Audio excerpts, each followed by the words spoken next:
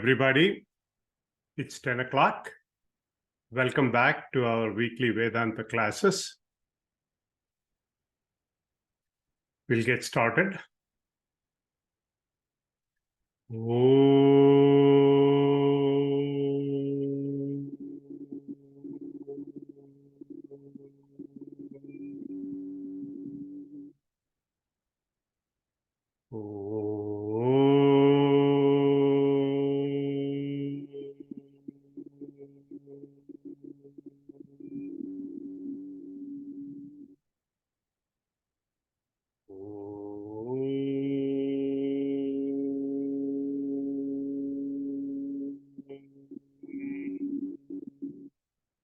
Ganana Antva Ganapatigum Havamahe Kavim Kavinam Upamasravastamam Jeshtarajam Brahmanam Brahmanaspatan Shrunvannutibhissi Dasadanam Prano Devi Saraswati Vaje Virvajinivati Dhinama Vityavat Om Ganeshaya Namaha Om Saraswatyai Namaha Om Shri Gurubhyo Namaha Harihi Om Shuklam Baradaram Vishnum Shashivarnam Chaturbhujam Prasanna Vadanam Dhyayet Sarva Vignopashantaye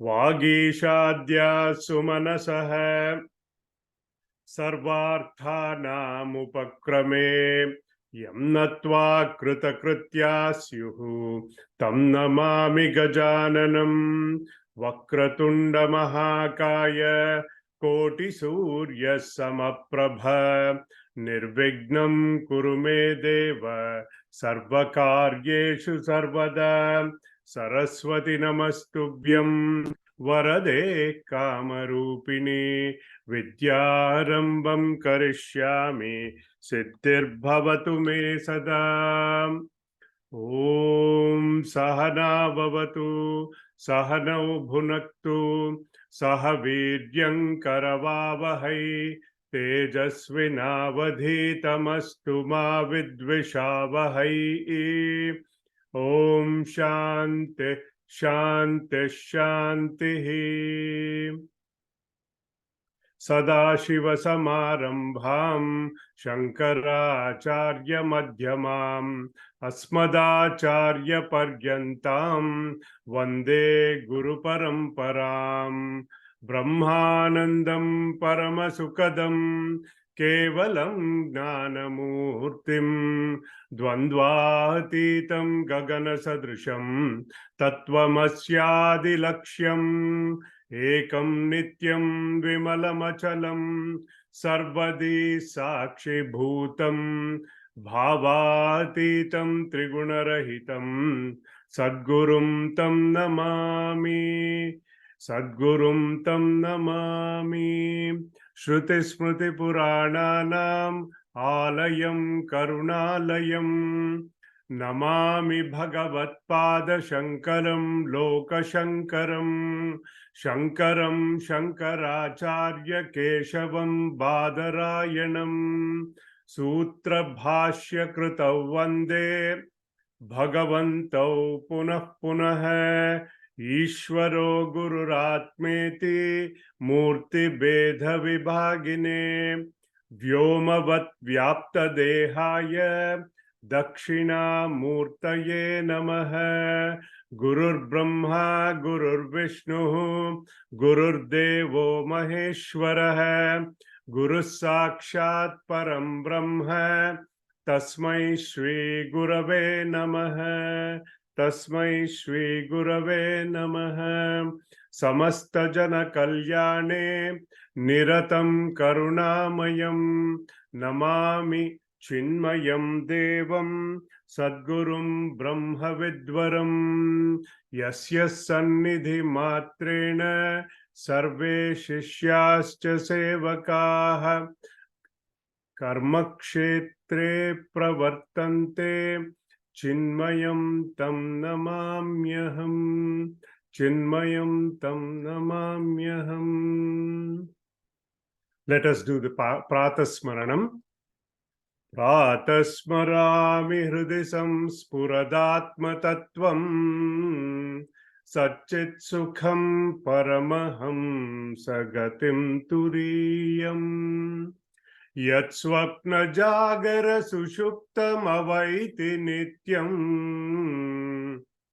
Tad brahma nishkalamaham Nacha bhuta sangha Pratarbhajami manasa vachasamagамyam Vacho vibhanti nikhila yadanugrahena Yanneti neti vachanaihi nigama vochuhu Tam deva deva majamachyuta Mahuragyam Pratarnamami tamasah paramarkavarnam Purnam sanatana padam Purushotamakyam Yasminnidam jagadashesham asheshamurtau Rajvam bhujangamayiva pratibhasitam vai Rajvam bhujangamayiva pratibhasitam vai.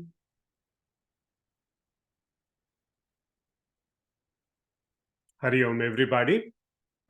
Welcome back. We are starting a new Prakarana Grantha, a very popular Vedanta text called Upadesha Saara. This is the text. First of all, just to recap, what is a Prakarana Grantha? I had explained this during the basic Vedanta modules. Meaning, they take a few topics from the Shastra, it is analyzed, and at the very beginning of the text, any Vedantic text, we study what is called as some preliminary considerations.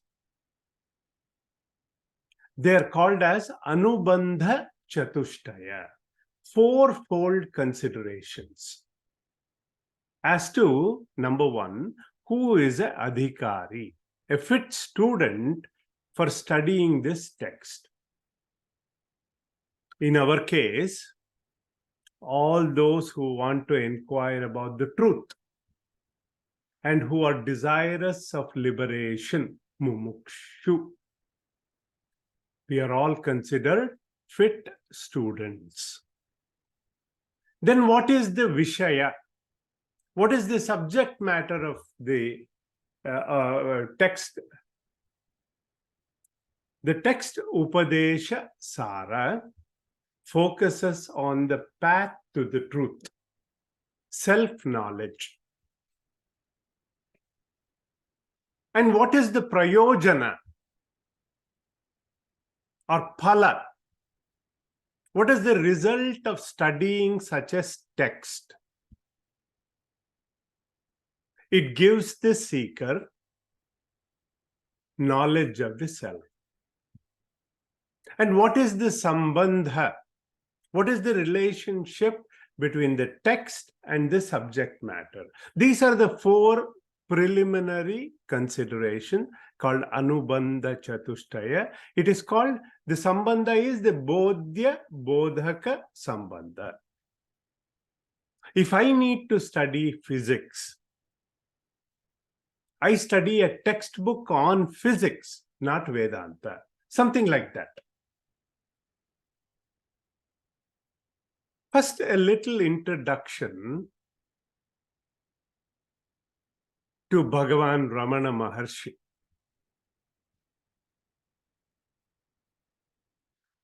Bhagavan Ramana Maharshi was born on the 30th of December 1879 in a place called Tiruchali, a small village. I am told it is near Madurai. His childhood name was Venkataramana.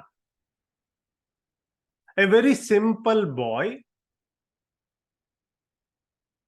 did not exhibit any sort of special characteristics during his childhood.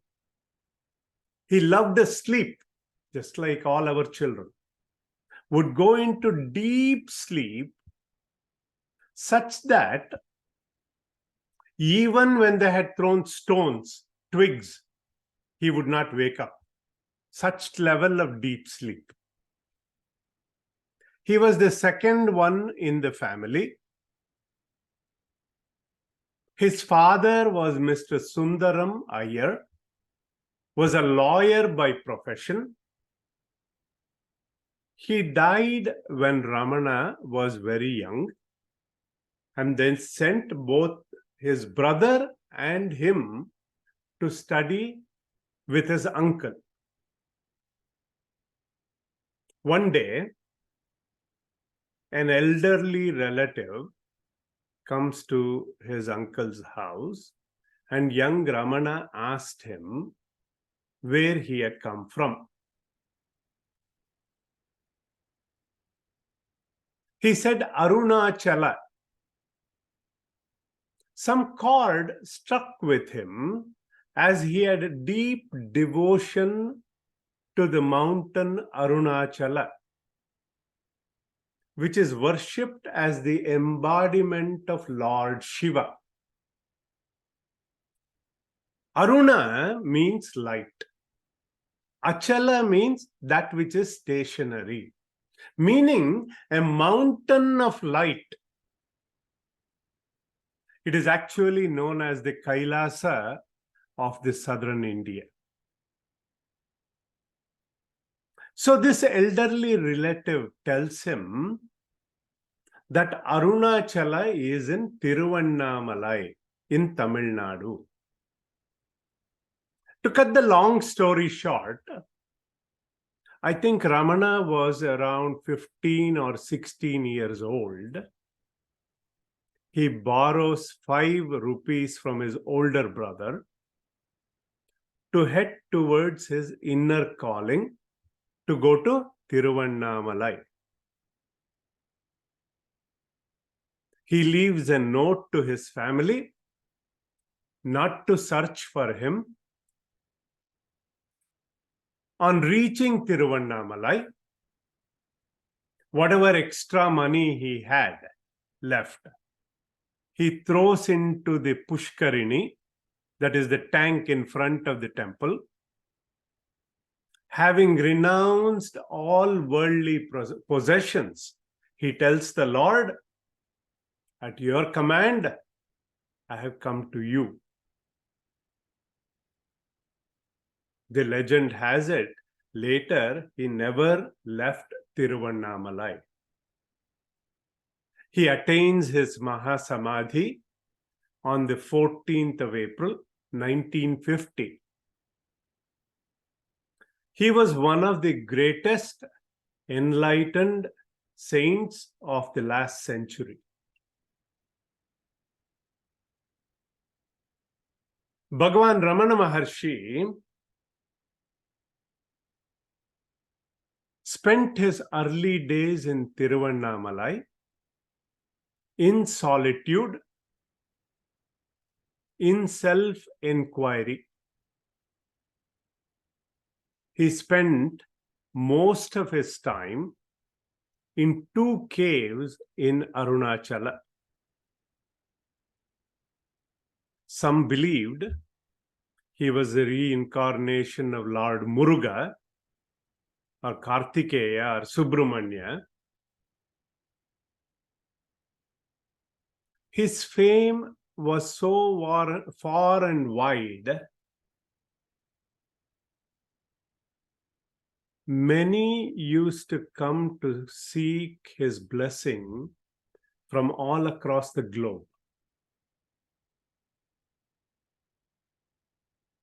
Even I believe our Puja Gurudev, Swami Chinmayanandaji, had gone to see him during his younger days. And people used to say, those who have had the blessing to see him, that the mind became very calm in his presence. He was wearing his kaupina, like that kaupina panchakam should come. That was text we studied last. Vedanta vakyeshu sada ramantaha bhikshanna matrena chatushtimantah vishokamantah karane charantah kaupinavantah kalu bhagyavantah. Always engaged in reveling in Vedanta, happy and content with his bhiksha food, no delusion, no sorrow. This Kaupina wearing Jivan Mukta is the real winner. That's what the Kaupina Panchakam shloka that says. Coming back to Ramana's story, once his old teacher, I believe, came to see him. My student has become this realized master. He's so famous now. So she comes to visit him. He told one of the disciples to give a spiritual book to the teacher.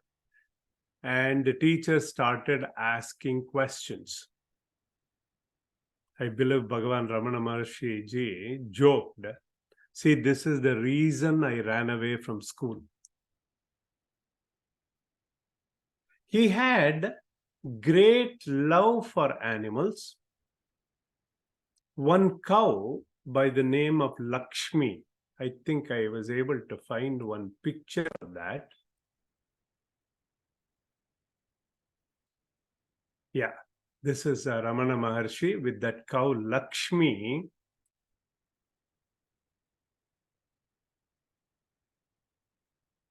You can see that Lakshmi is doing almost pronounced prostrations to Bhagavan.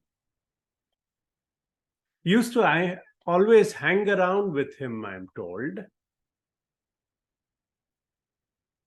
They have a shrine. When you visit Ramanashrama, you see that cow, Lakshmi, has a shrine also. Bhagavan Ramana Maharshi attracted people by his mauna, his silence. Lot of scholars used to come to see Bhagavan Ramana Maharshi. His simple question would be, who am I? He would say, question that, and it will lead you to the answer.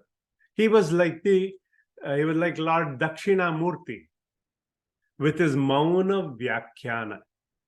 Nanyar, who am I? Or he would say, who is asking the question?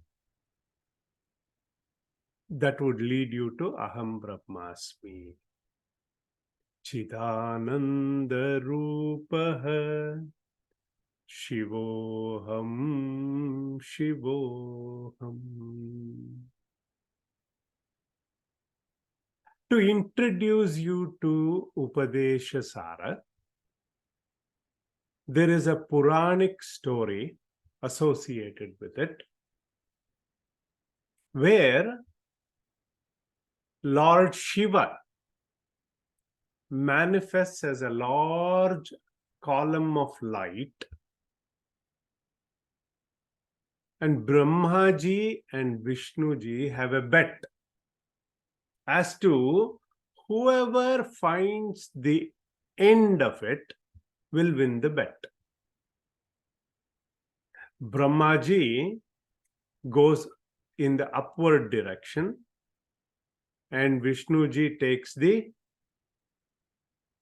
goes down. Brahmaji takes the form of a swan and flies up, and Vishnuji takes the form of a boar because he has to go beneath the surface. As Brahmaji is going up, flying up, in search of the end, he finds a fragrant flower that is dropping. He asked the flower if it was falling from the head of the column of light. And the flower says, yes. Brahmaji tells the fragrant flower to tell Vishnu that it was falling from the head, that he can win the bet. Jokingly saying, this was the first witness tampering case that has been recorded. While Vishnu was still searching, and then they all meet, and Brahmaji is trying to tell this lie. Lord Shiva appears at that time and curses Brahmaji and tells him that because of his lie, he will not be worshipped as much. So you don't see many Brahmaji temples. I believe there is one place called Pushkar that is there, where Brahmaji's temple is there. But Lord Shiva is pleased with Vishnu, blesses him that he be worshipped widely. But there are many other symbolic representation that truth is beyond the intellect, buddhi, and so on and so forth.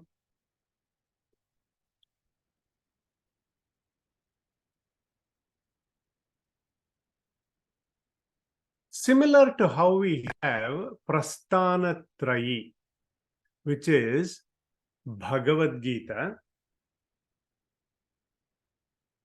Brahma Sutra, Upanishads. We also have what is known as Ramana Prasthana Traya. Saddarshanam. Bhagavan Ramana Maharshi's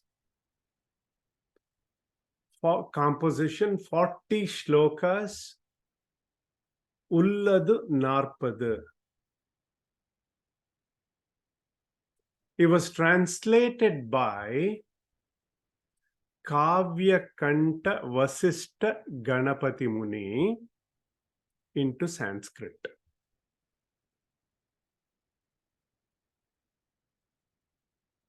Vedanta teaches that the reality, Atma, is the truth unlimited by time, space, and objects.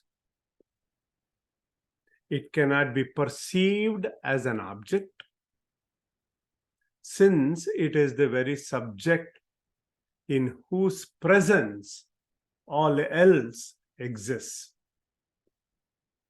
So the text brings out the teaching of Advaita in a sophisticated manner, yet very direct, by addressing what is called as the Aham Pratyaya, that is the root cause for all of bondage. The second one in the Ramana Prasthana Traya is the Upadesha Saara, the text that we have begun our journey to study. This composition by Ramana Maharshi, teaching in this book, has 30 verses, gives us the secrets of spiritual sadhana through 4 paths.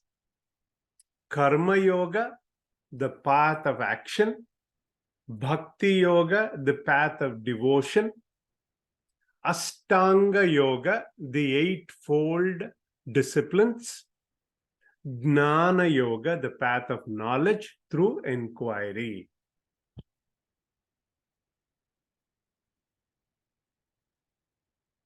Bhagavan Ramana Maharshi ji was known for his simplicity.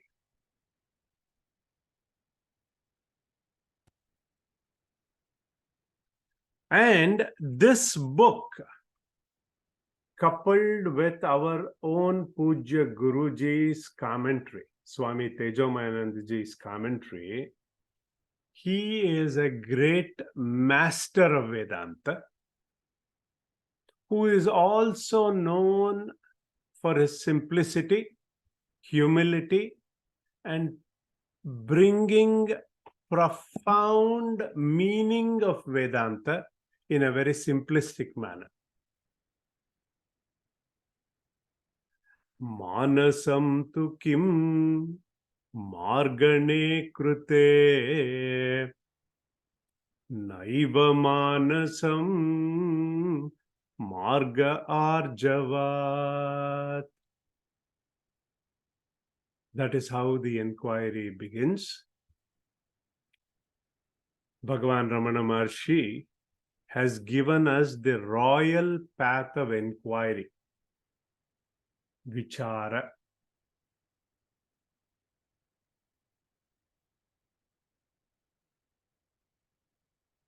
Then we have in the Ramana Prasthana, Sri Ramana Gita.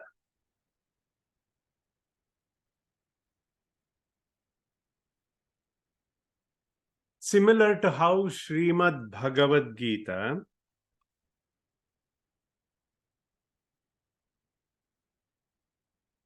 Ramana Gita also has 18 chapters.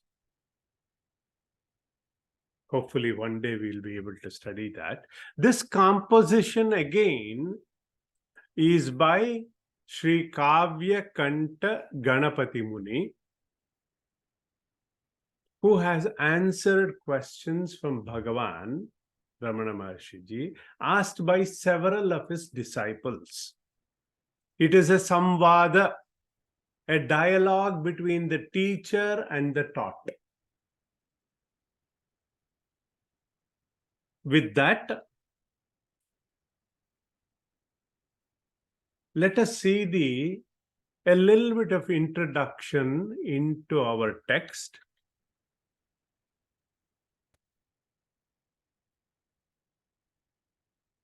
Text on hand, that is the Upadesha Saara.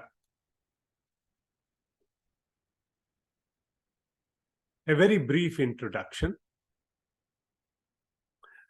Bhagavan Ramana Maharshi ji composed this text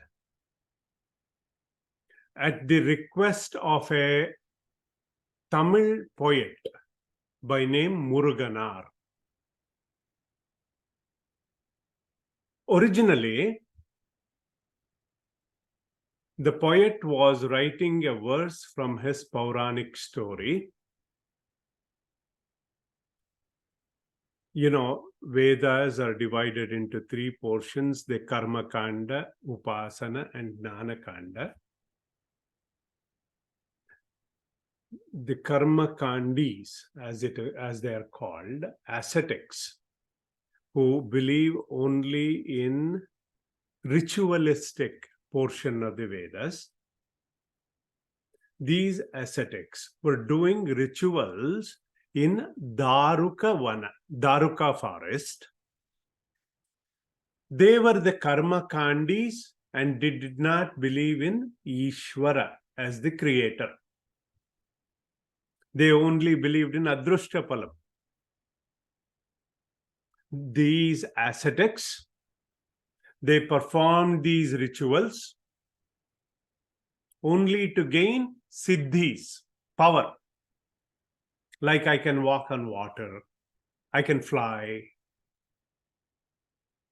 I want to know what is there in someone else's mind. These type of siddhis.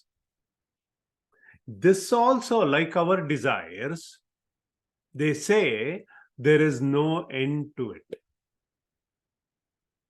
Just like any other human desire of plus one, I wish I had that one. This also, this gaining siddhis is also in the realm of ignorance. So in this story that Muruganar is writing, Lord Shiva comes in the form of a beautiful mendicant. The wives of these karmakandis are attracted to this young, handsome ascetic and start to follow him. I don't know what happened to these ritualists, whether their eyes were filled with smoke. They soon realized that their wives were missing. With their siddhis, they realized that this was the work of this young, good-looking yogi. So they attacked him with the weapons that they had created with their siddhis. On the way, before he came there, Lord Shiva had phoned Bhagavan Vishnu. And he came in the form of what? A beautiful girl, Mohini. Soon what happens? They forget their wives and they start to follow this young, good-looking girl. So the story goes. Lord Shiva smiles at what is happening. Finally, the ritualists realize in that story that this mendicant who had come before them is none other than the Lord himself, Adi Guru. Although the ascetics desired more siddhis, the Lord explains to them in that Upadesha that the root cause of their sorrow was not due to lack of power, but the lack of self-knowledge. He teaches them self-knowledge, which is the essential teaching. That is the book on hand called Upadesha Saara.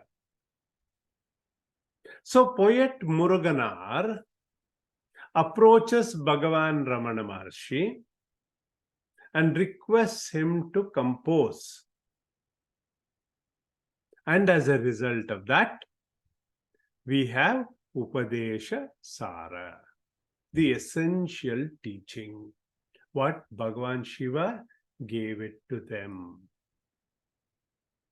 The essential teaching of Vedanta.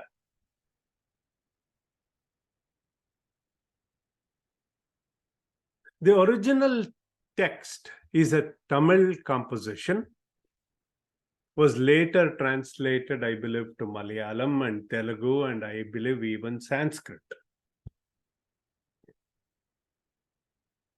As I had mentioned, in my 15-module series of basic Vedanta, Vedanta Simplified, in that Adhyatma Prakasha series, all things in nature are in a state of flux until they reach their natural state. See, common example, if we heat water, what happens? it is in a state of agitation until it comes back to room temperature. And if you freeze it, the first opportunity it comes back is to its natural state. Supposed to be cool. What is our natural state? We are in the state of agitation. Vedanta tells us that our nature is that of Sat Chit Ananda Swarupa. Existence, consciousness, bliss. Our essential nature is that of freedom, absolute freedom, and completeness, Purnatva.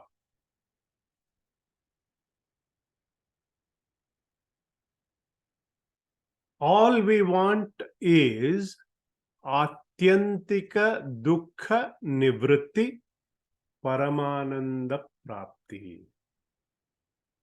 We want no dukkham, no part of dukkham, unhappiness. We want absolute happiness, which is permanent, eternal. But we are currently deluded because of our ignorance. We feel we are finite. We feel we are limited. Just like light removes darkness, Swami Ramakrishna Paramahamsa says, even if that cave is a 1,000-year-old cave, the moment you strike the match, the darkness is gone. Like that, only knowledge, the knowledge of the self, can remove that primordial ignorance.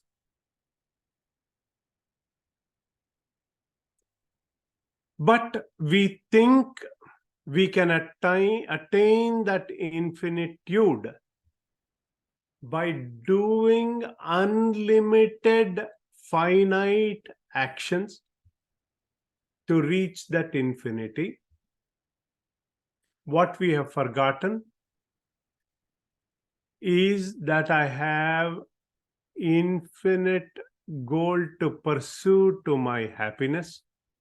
All I need is to pursue infinity as my only goal for that eternal happiness. I would like to conclude today's introductory session by studying the Eka Shloki. In one shloka, Bhagavan Ramana Maharshi has given the entire essence of Vedanta.